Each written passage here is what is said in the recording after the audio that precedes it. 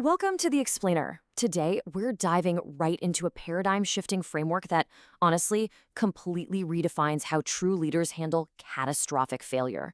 We all face setbacks, right? But what if your approach to failure was literally the only thing holding you back? Our source material kicks off with this incredibly bold, uncompromising statement. There is no defeat in life. That completely shatters how we usually look at setbacks. Normally, when we hit a wall, we instantly label it a loss. But this framework, it challenges us to take the word defeat and just completely strip it out of our vocabulary entirely. So, what if failure was actually a myth?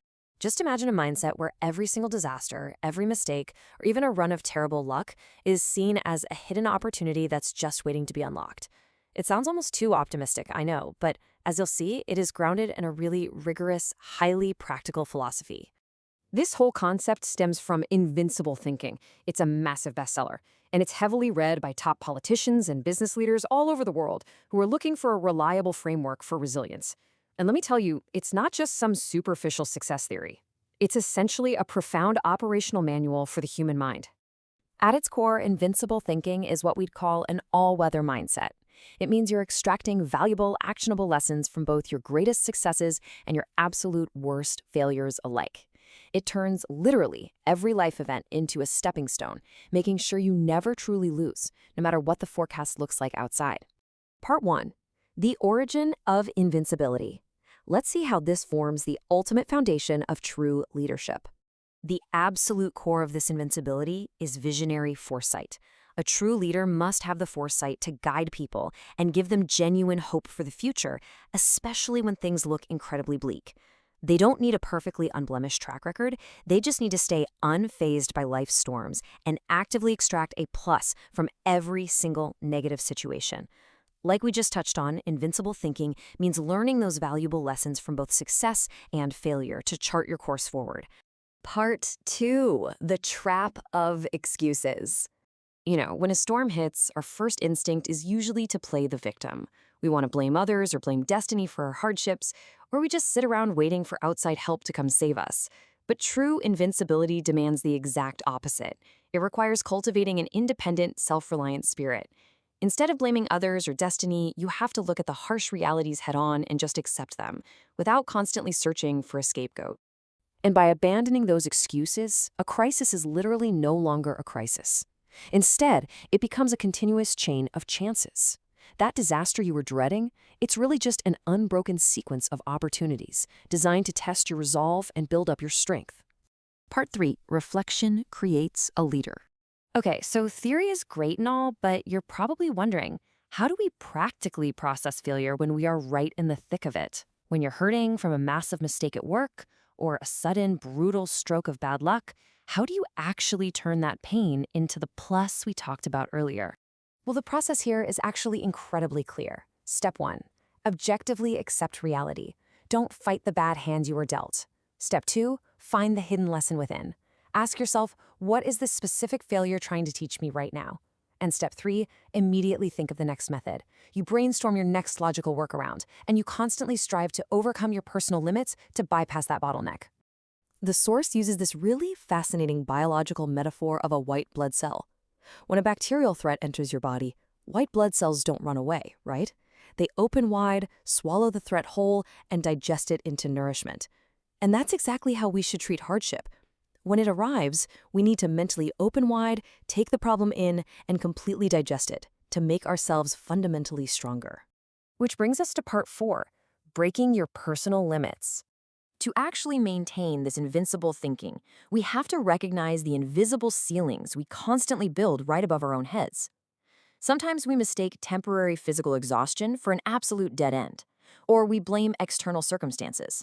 Some of us even harbored this subconscious fear of achieving 100% success, and we end up actively sabotaging ourselves right before victory just out of pure anxiety.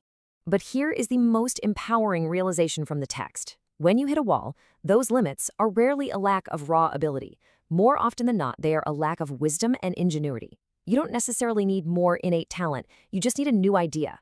So, if you physically can't do more yourself, the wisdom lies in learning to trust and delegate to others, which completely shatters that current ceiling you were stuck under. Part 5. Life is a workbook. According to the source, we should adopt the mindset that life is a workbook. If we can just stop viewing life as this random, chaotic series of events, we can start seeing it as a highly customized curriculum. Every single page is filled with problems meticulously designed specifically for your personal growth. So, hardships aren't some sort of cosmic punishment. They are just complex equations waiting for your unique solution. When you realize life is basically a series of tough academic questions, failure simply means you haven't solved the equation yet. That's it. You just turn the page, keep your pencil moving, and try a completely different formula. Part 6, the indomitable spirit. By intentionally practicing this mindset over time, by swallowing hardships, refusing to make excuses, and treating your life as a workbook, you build literal psychological immunity to life's adversities. You forge what's called an indomitable spirit. It's this continuous, unyielding resolve and an unshakable mind that absolutely no setback can destroy, built entirely through your continuous exposure to failure. As we wrap up this explainer, I want to leave you with a provocative question to really challenge you. Life pretty much guarantees that your next crisis is inevitable. The wind is going to turn against you again at some point. So when it does, will you let it break you? Or will you completely digest that crisis and use it to grow? The choice and the workbook is entirely yours. Welcome to the explainer. Okay, I am incredibly excited about today's topic because we're exploring a concept that could literally rewire how you look at your entire life. We're diving deep into the psychological frameworks of something called invincible thinking. Our goal here is to fundamentally shift how you process failure, how you handle setbacks, and honestly, even how you view the whole aging process. We're going to break down some highly practical, structural ways to make your mindset truly invincible. But first, I want to kick things off by challenging you with a simple yet totally profound question. What if there is absolutely no such thing as defeat in life? Now, I know what you're probably thinking. Yes, there is. I've failed exams, I've bombed interviews, I've had relationships fall apart. But what if every single one of those setbacks wasn't actually a defeat, but just unharvested value? What if the pain of those experiences is really just raw material, just sitting there waiting for you to use it? To figure that out, we're diving into our source material today, the book Invincible Thinking by Ryuho Okawa. Specifically, we're going to unpack the universal life lessons and psychological frameworks from the book's completely transformative second part. And look, we aren't talking about cheap, feel-good positivity here. We're breaking down a very tactical, highly structured approach to living. So, let's just jump right in and dismantle some of our deeply held beliefs. Section 1. The myth of defeat. Most of the time, we operate on standard binary thinking. We ask ourselves, did I succeed? Yes or no? Well, the text argues that limiting yourself to this strict yes or no mentality practically guarantees that you're going to suffer. I mean, nobody wins 100% of the time, right? But the alternative is invincible thinking. This is an all-weather approach. You expect success, sure, but when that inevitable failure happens, you immediately pivot to extract the lessons. In this model, you are always gaining something. The outcome almost doesn't matter. To put this into perspective, think about your life batting average. In baseball, a batter who hits the ball just 3 out of 10 times, a 30% average, is considered elite. The author points out that life is incredibly similar. If your life's batting average is 30 or 40%, you are actually doing fantastic. But that implies the other 60 or 70% of your experiences are not pure absolute defeats. They are your essential learning materials. If you demand a 100% success rate, you're just going to be miserable. But if you accept a 30% success rate and actively learn from the rest, you become completely unstoppable. So how exactly do we process that remaining 60%? Let's get into Section 2, Turning Toward the Light. This brings us right to the core of Part 2 from our source material, the theory of turning toward the light. This is a systematic, deliberate approach to reframing negative situations. It is essentially the engine that makes invincible thinking actually work. Let's define this really clearly. The theory of turning toward the light is the tactical extraction of value from negative situations to create positive opportunities. And I want to be super clear about this. This is not toxic positivity. It's not just pasting a fake smile on and pretending everything is fine when your world is falling apart. Not at all. It is the calculated practice of taking your existing materials, even the deeply painful ones, and using them as leverage for your future leaps forward. It's looking straight at a total disaster and asking, okay, how can I use this? The absolute heart of this idea is captured in this incredibly punchy metaphor from the text. Even if you fall, don't get up empty-handed. Just visualize that for a second. You've been knocked down, you're flat on the ground. Human instinct is to immediately jump back up, brush yourself off, and pretend it didn't happen. But this theory says, wait, no. While you're down there in the dirt, grab a handful of it, find a loose coin, pick up a cool rock, gather something useful. A tough new perspective, a hard truth about your own habits, a realization about who your real friends are before you stand back up. But gathering that knowledge is really just step one. Now we have to use it. Section 3, Adversity as Fertilizer. The text brilliantly illustrates this concept using bamboo. Now, bamboo doesn't just shoot straight up smoothly into the sky. It forms those distinct nodes, those hard horizontal rings on the stalk. But here's the fascinating part. When do those nodes actually form? They form precisely during periods of restricted growth, like during winter or intense hardship. The adversity literally forces the bamboo to create a dense, hard knot, which is exactly what makes the entire plant so resilient to strong winds later on. Your periods of hardship, that's just you forming your nodes. And the text gives us a pretty stark warning about the alternative. Consider the broiler chicken. If you just sit around during easy times, being passively fed without facing any resistance, you're basically just gaining useless fat. You become spiritually and mentally weak. But on the flip side, we have adversity training. Adversity acts as the necessary fertilizer that builds up your spiritual muscle. Actually, it's exactly like lifting weights. The resistance is what creates the strength. Once you reframe adversity as fertilizer, you genuinely stop dreading the hard times and start asking, wow, how much muscle can I build from this? Okay, we're going to do a major pivot in the explainer right now. We're zooming all the way out from daily failures to the macro level of your entire lifespan. Section 4, the 120-year life plan. I want to ask you a serious question. How many years do you think you have left to live? Most of us plan our lives assuming we'll hit maybe 80, 85 if we're really lucky, but the text proposes a radical, total paradigm shift, a 120-year life plan. Let's just walk through the math here and look at what happens to your mindset at age 60. Under a traditional 80-year plan, a 60-year-old feels like they are winding down. They're entering the final quarter of the game. There's this heavy sense of running out of time, maybe even feeling defeated by goals they haven't achieved yet. But under a 120-year plan, at age 60, you are literally only at the halfway mark. You have just as much time ahead of you as you have behind you. It's time to start entirely fresh. The author notes that this simple mathematical shift completely erases the anxiety of getting olded.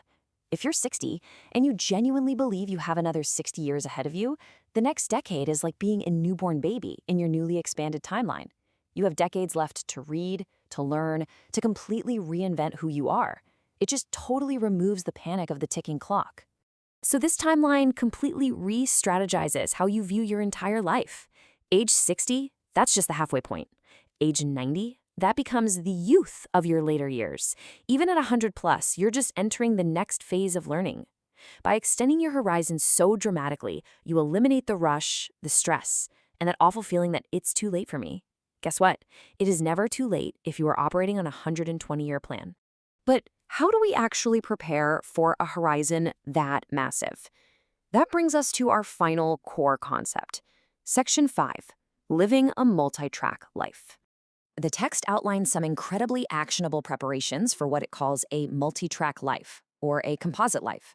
First off, you cannot rely on just a single life plan. You have to cultivate multiple interests and hobbies. You must commit to continuous, lifelong learning. And I absolutely love this last point. Keep an ear that obeys. What that means is maintaining a profound sense of humility, always being ready to listen to others and capture wisdom from new encounters, no matter how old or experienced you get. And there's a truly elegant comparison used here. Imagine you're in charge of putting on a fireworks show, but this show has to last for 100 years. You wouldn't just spring one type of firework, right? The audience and, honestly, you would get so bored. To keep the sky illuminated for a century, you need a massive variety. You need sparklers, you need rockets, you need those huge aerial shells. Your life is exactly the same. You need multiple tracks, multiple passions to keep your profoundly long life vibrant and brightly illuminated. So that brings us to our final thought for today. By applying invincible thinking and turning toward the light, we've eliminated the concept of absolute defeat by transforming every single setback into a stepping stone. We've eliminated the anxiety of a short lifespan by fully embracing a 120-year horizon, which leaves you with only one incredibly exciting question left to answer. What are you going to do with your next 60 years? Thank you so much for joining me in this explainer. Keep learning, keep growing, and definitely start planning those multiple tracks today. Have you ever felt like life is just a series of random victories and defeats? Well, welcome to this explainer. Today, we're diving into a really fascinating philosophical framework from our source material that promises to completely transform how we view our daily struggles. We're looking at the concept of invincible thinking, and specifically, we're zoning in on a crucial section titled Life and Victory. It throws down a pretty captivating challenge. How do we actually apply a mindset of absolute victory to the very tangible, everyday pillars of our lives? Things like our physical health, our finances, our relationships, and ultimately, our legacy. All right, let's get right into this intriguing text by Ryuho Okawa. This book has sold literally millions of copies by asserting a very bold, honestly almost shocking premise. There is no defeat in life. Now, what does that actually mean in practice? Well, according to the source, what we perceive as failures are actually just lessons in disguise. But let's be super clear here. This isn't just some abstract, toxic positivity where you pretend everything is fine. Not at all. It's a strategic reframing of reality. The text lays out a rigorous, step-by-step methodology for tackling specific life challenges by harmonizing our minds with our physical reality, basically turning every stumble into forward momentum. To unpack this philosophy, we're going to look at how it applies to 4 tangible pillars of our earthly lives: physical management, the true purpose of wealth, finding ideal partners, and life-changing encounters, before culminating in one profound ultimate goal: the eternal legacy of virtue. So, let's move to our first earthly pillar, physical management as a personal responsibility. Because according to this text, everything starts with health. The text makes a stark contrast right out of the gate, arguing that neglecting our health is never anyone else's fault. It establishes physical management as our absolute, zero-excuses personal responsibility. The source uses a really simple, grounded example to make this point. If you eat way too much chocolate and get a cavity, well, you can't blame divine intervention, the universe, or anyone else, right? It's entirely on you. Now, I know that might sound a little harsh at first, but it's actually incredibly empowering. By taking absolute ownership of your physical body, you are taking back control of your life's foundation. Effectively managing your body is really the mandatory first step to achieving any kind of victory in this world. And the author uses a really fascinating metaphor here to drive this home. Just think about it. Navigating life with a poorly maintained body is just as dangerous as riding a bicycle with broken brakes. Or imagine a young kid trying to ride a full-size adult bike with bent handlebars. It's dangerous, highly unstable, and virtually impossible to steer where you actually want to go. Your physical body is the primary vehicle for your life's journey. Trying to accomplish great things without maintaining that vehicle isn't just difficult, it's pretty much a recipe for disaster. The source heavily emphasizes that a strong physical state directly supports a strong mind. It actually likens body maintenance to packing your own parachute. Basically, if it fails, that's on you. The text shares this unforgettable anecdote about paratrooper training. Think about it. You would never let someone else pack your parachute when you're about to jump out of a plane, right? No way. Similarly, you simply shouldn't outsource the responsibility of your physical well-being. When you pack your own physical parachute through proper, daily habits, your mind doesn't have to waste energy on preventable physical anxieties. Your body and mind can harmonize perfectly, creating this solid foundation that lets you confidently soar through the rest of your life. All right, having mastered the physical body, we shift to the second pillar of life, wealth that enriches society. Let's see how this builds on that solid foundation. So the crucial point here is a massive paradigm shift. The text explains that wealth is like circulating blood within a healthy body. It naturally flows toward those who have ideas on how to use it to serve others. The source is absolutely clear that wealth is not inherently evil. In fact, it argues that in higher spiritual realms, a form of infinite wealth is naturally accessible to everyone. But here on Earth, money is simply a physical, measurable expression of providing value to society.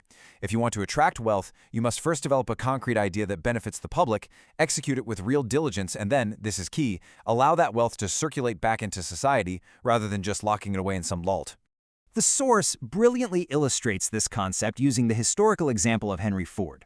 He built immense personal wealth, not by obsessively hoarding capital, but through a genuine desire to provide affordable vehicles to the masses. The text points out that Ford didn't set out just to get incredibly rich. His vision was that average factory workers should actually be able to afford the very cars they were building. By focusing entirely on mass contribution and enriching the lives of everyday people, massive wealth just naturally flowed toward his vision as a byproduct. The takeaway for us here is huge. We need to stop asking, how can I make money? And start asking, how can I solve a problem for the people around me? Ultimately, the text argues that wealth itself isn't selfish. Rather, it's a necessary, powerful tool that absolutely must be used by right-minded people to enrich society as a whole. This is a real game changer. If good, morally grounded people avoid wealth out of some misplaced sense of pure poverty, the source warns that society literally cannot improve.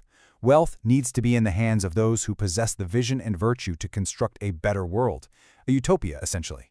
So it's actually a moral imperative for good people to learn how to generate and distribute wealth.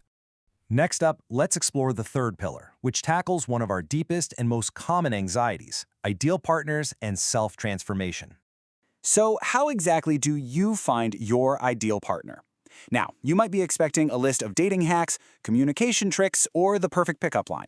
But the source asks this question only to completely flip the script on us. You know how most people write down a massive laundry list of traits they want in a partner, looks, income, personality, and then run around trying to find someone who fits the bill? Well, the text argues that this chasing method is fundamentally flawed. It's deeply exhausting, and honestly, it rarely leads to a successful, lasting match. The totally counterintuitive advice here is to stop desperately chasing an ideal person and instead work every single day to become the type of person your ideal partner would naturally desire. Think about that for a second. If you want an extraordinary partner, you must first cultivate an extraordinary self. The source suggests that only when you have significantly elevated your own character, your work ethic, and your mindset will the right person naturally appear. Why? Because like attracts like. You essentially have to become the missing puzzle piece that your ideal partner is actively searching for. And once that person inevitably appears, the text notes that lasting success in a relationship relies entirely on whether you can deeply understand each other's perspectives on work, mission, and life. It goes way beyond superficial traits like appearance or how much money someone has in the bank. The source stresses that you have to ask yourself, can this person truly understand my deepest views on life? Can we align on a foundational level? Think about your own relationships for a moment. Are they built just on shared hobbies and watching the same shows, or are they built on a deeply shared vision for life? That deep, mutual comprehension is the anchor that keeps a relationship strong long after the initial excitement fades. Moving right along to our fourth pillar, encounters that improve destiny. Because ultimately, none of us succeed in a vacuum. Here, the text introduces the really fascinating concept of a noble or kijin. These are individuals possessing higher status, advanced knowledge, exceptional virtue, or abundant wealth, who essentially have the power to elevate your destiny. We so often think of success as this brutal solo grind where we just put our heads down and work. But the source argues that your life's trajectory is often most dramatically shifted by specific, transformative encounters with these individuals. And they aren't necessarily royalty. They're mentors, guides, or uniquely positioned people who can pull you up to the next level of your potential far faster than you could ever climb on your own. The text actually reminds us of a brilliant traditional Chinese greeting. Have you met a noble recently? It's a powerful reminder that we must be acutely observant in our daily lives. The author strongly warns against being dunkan, which roughly translates to being insensitive, oblivious, or ungrateful. Real opportunities to meet these life-altering nobles happen to all of us. But if we aren't constantly preparing ourselves, honing our skills, and maintaining a humble, eager-to-learn attitude, these walking goddesses of fortune will walk right past us, completely unnoticed. Finally, we reach the profound synthesis of all these earthly efforts in our fifth and final section, the eternal legacy of virtue. The text draws a very sharp, absolutely crucial distinction here between the talents we are born with and virtue, which is a spiritual legacy we actively construct through our life choices. You might be born with a great singing voice, natural athletic ability, or a really high IQ. That's talent. It's essentially the luck of the draw. But the source absolutely insists that virtue is not handed to you at birth. It must be forged in the fires of this three-dimensional world through your conscious, deliberate actions and how you handle your daily earthly struggles. According to the source, this incredible asset of virtue is forged on two specific, challenging paths. First, by finding positive meaning and growing during our darkest hardships. And second, by achieving and correctly handling our successes. Anyone can be crushed by failure, but finding the lesson in it, that builds deep virtue. On the flip side, we all know people who are completely corrupted by success. The source argues that success is actually a profound test. It's easy to be humble when you're down on your luck, but maintaining your humility, continuing to serve others, and not letting success inflate your ego when you're on top, that is the true test of character, and the second way we cultivate lasting virtue. Ultimately, the text concludes that overcoming the challenges of health, wealth, love, and destiny is all meant to build this virtue. It's literally the single, solitary asset we can actually take with us to the afterlife. The source suggests looking at this three-dimensional world simply as a spiritual training ground. You can't take your bank account, your perfectly healthy physical body, or your worldly status with you when you leave. Therefore, the absolute ultimate victory in life isn't just about earthly success. It is the accumulation of this spiritual wealth through the way we conduct ourselves every single day. As we wrap up this explainer, I want you to ask yourself a very serious question based on these teachings. If you lost all your earthly assets tomorrow, what spiritual legacy would you have left? Are you using your health, your wealth, and your relationships merely to survive day to day? Or are you using them as tools to forge an invincible character? Because that is the true essence of invincible thinking. Thank you so much for joining me on this deep dive into the pillars of life. Keep learning, keep building your virtue, and I'll catch you next time. All right, let's just dive right into it. Today, we're unpacking a really fascinating concept from the source material called Invincible Thinking. Now, this isn't just some catchy buzzword, it's an entire comprehensive philosophical framework. The goal? Finding victory in literally every phase of your life. Whether you're, riding high on a massive wave of success, or you're down in the trenches facing a crushing defeat, this explainer is going to break down exactly how you can use both of those extremes as pure fuel for continuous growth. Here is our roadmap for today. Number 1, the essence of invincible thinking. 2, the power of adversity, or bamboo nodes. 3, tree rings from harsh environments. 4, sowing seeds of love and prosperity. And 5, reversing hardships with the judo mindset. Let's get into it. Starting with Section 1, the essence of invincible thinking. So what exactly is this mindset? And, how is it any different from your run-of-the-mill self-help advice? Well, according to the text, invincible thinking absolutely is not some toxic positivity trap where you just pretend bad things aren't happening. Not at all. It's a highly practical, universal methodology. It essentially requires you to take two seemingly opposite actions and weave them into your daily life. First, deep, critical self-reflection, looking inward, which the text calls hansai.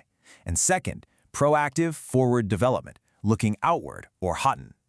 By uniting this inner reflection with outer development, you basically stop being a victim of circumstance. You start extracting highly actionable lessons from absolutely any situation. Massive success, devastating failure, the whole shebang. And just to ground us, the concepts we are unpacking today are drawn straight from Ryuho Okawa's best-selling book, Invincible Thinking. We're going to impartially look at this abstract philosophy and extract the structured, practical takeaways to see exactly how it tackles life's inevitable ups and downs. Okay, moving on to Section 2, the power of adversity, bamboo nodes.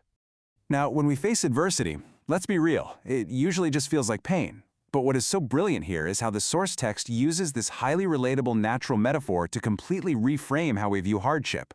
It beautifully contrasts a young, fragile bamboo shoot with mature, fully grown bamboo. Think about it. A young shoot grows incredibly fast. It's totally smooth, which seems great, right? But because it hasn't faced any tension, it's actually incredibly weak. It breaks super easily. Painful adversity, according to the text, acts exactly like the formation of a bamboo node. You know that hard, rigid ring on the bamboo stalk? That is formed entirely through tension and struggle. But that very same node is the absolute necessary foundation that keeps the bamboo from snapping in the wind. It's literally what allows it to grow to those immense heights later on. To really make this concrete, try this out. Look back at your own life for a second. If you reflect on the past 5, maybe 10 years, you'll probably hit on a pretty profound truth. Your absolute hardest, most painful times, the moments where you felt like you were failing or in total despair, those were actually your periods of greatest learning. Those were the exact moments you were forming your nodes. Take a quick second to just think about what your biggest node has been so far. Which brings us to Section 3, tree rings from harsh environments. Building right off that bamboo analogy, the text brings in another super vivid metaphor to show us how our external environment completely shapes our inner resilience. And it really highlights the hidden danger of a life that's just too easy. Imagine an elite person who has never faced a day of hardship. They've just sailed through life in this perfectly safe bubble. The author compares them to a fast-growing tree in a calm, sheltered valley. When a sudden typhoon hits, bam, that tree is instantly uprooted and destroyed. But contrast that with a tree growing in a harsh, totally unforgiving environment. It grows a lot slower, sure, but in the process, it develops these incredibly strong, super dense tree rings, and those dense rings are exactly what make the tree practically unbreakable. So the absolutely crucial takeaway here is that times of adversity shouldn't just lead to throwing your hands up in despair. When you find yourself in a harsh environment, the text says you have to use that exact time as an extended period of intense self-reflection and inner discipline. So the next time you feel like you're caught in the middle of a storm, just remember, you are not failing. You are actively building your dense inner rings so you can actually survive the inevitable storms of life. All right, Section 4, Sowing Seeds of Love in Prosperity. So we've talked a lot about hardship, but the text actually offers some incredibly strict and honestly counterintuitive advice for when things are going perfectly well. Believe it or not, prosperous times, when you're just winning and everything is totally going your way, the text argues those are actually incredibly dangerous times. When you hit a peak, your first instinct is usually just to celebrate yourself, right? But you have to recognize the hidden pitfalls of success. The author warns that you must actively fight off arrogance and the urge to just act for your own benefit. Instead, you are demanded to proactively use your success to help others. The text beautifully describes this action as sowing seeds of love. And here is where it gets really cool, because this creates this fascinating self-sustaining cycle. The selfless support, the advice, the care you offer to people during your good times, it basically acts as an ultimate safety net. Because look, life works in cycles. The wind is eventually going to change, and you will undoubtedly face hardship again. It's just a given. But when you do, the goodwill and the spiritual momentum from those seeds of love you planted, the text argues that will be the exact thing that saves you. Finally, Section 5, Reversing Hardships, the Judo Mindset. For our last section, we're looking at how to synthesize everything, navigating both the good times and the bad through this incredibly dynamic martial arts metaphor. To give us an elegant summary of the whole philosophy, the author introduces the concept of the judo mindset. The core idea? True victory is not about crushing your obstacles with sheer brute force. And it's definitely not about pretending the obstacles aren't there. It's about using the energy of the problem itself. Just like the actual mechanics of a real judo throw, the text outlines a distinct three-step process. Step 1, do not resist it rigidly or try to absorb the hardship's impact head-on. Step 2, accept that external force and actually utilize its incoming momentum. And Step 3, execute a positive counter technique to turn it completely to your advantage. By pairing that deep self-reflection with forward development, you literally flip the hardship over. You turn an incoming negative force into a massive positive advantage. So, based on this profound framing, viewing success as a time to plant seeds and struggle as a time to build your unbreakable strength, I want to leave you with this final thought to reflect on for your own life. Knowing that every single difficulty is just a setup for future growth, what kind of invincible node are you forming right now?